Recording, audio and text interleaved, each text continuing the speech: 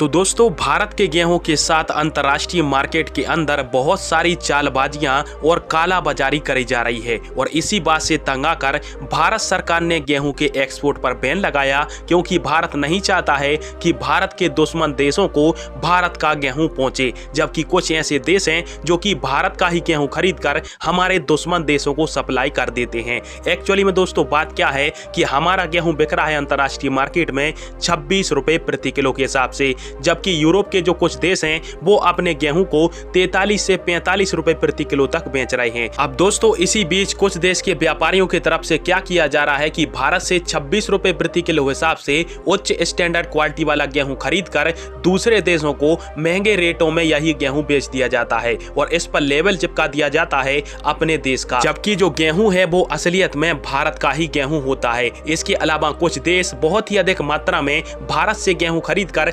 कालाबाजारी करने के लिए एक जगह स्टोर करके रख रहे हैं। पर दोस्तों, भारत के मित्र यूएई ने कुछ ऐसा किया है जो कि भारत का दिल खुश करने वाला है। दरअसल यूएई ने ऐलान किया है कि भारत सरकार की तरफ से यदि हमें गेहूं बेचा जाता है और इसके अलावा 13 मई से पहले जितने भी हमने भारत सरकार से गेहूं खरीदा है उतने गेहूं को हम अब दुनिया के अन्य किसी देश को री एक्सपोर्ट नहीं करने वाले। यानी आसान भाषा में समझें तो जो गेहूं भारत से यूएई के अंदर गया है वो गेहूं अब यूएई के अंदर ही उपयोग किया जाएगा, ना कि किसी अन्य देश को यूएई से एक्सपोर्ट किया जाएगा। और ऐसा यूएई की सरकार ने 4 महीनों तक कर दिया है। यानी यूएई के जो व्यापारी हैं वो चाहकर भी भारतीय गेहूं को 4 महीने तक किसी भी विदेशी कस्टमर को एक्सपोर्ट नहीं कर सकते हैं। और दोस्तों, ऐसा करने के पीछे यूएई का बड़ा मकसद है, क्योंकि यूएई ने अभी हाल फिलहाल में भारत से और ज्यादा गेहूं की मांग करी थी कि आप हमें अपनी आवश्यकता के अनुसार 5 लाख टन गेहूं और दे दीजिए, परंतु भारत सरकार ने काला बाजारी के चलते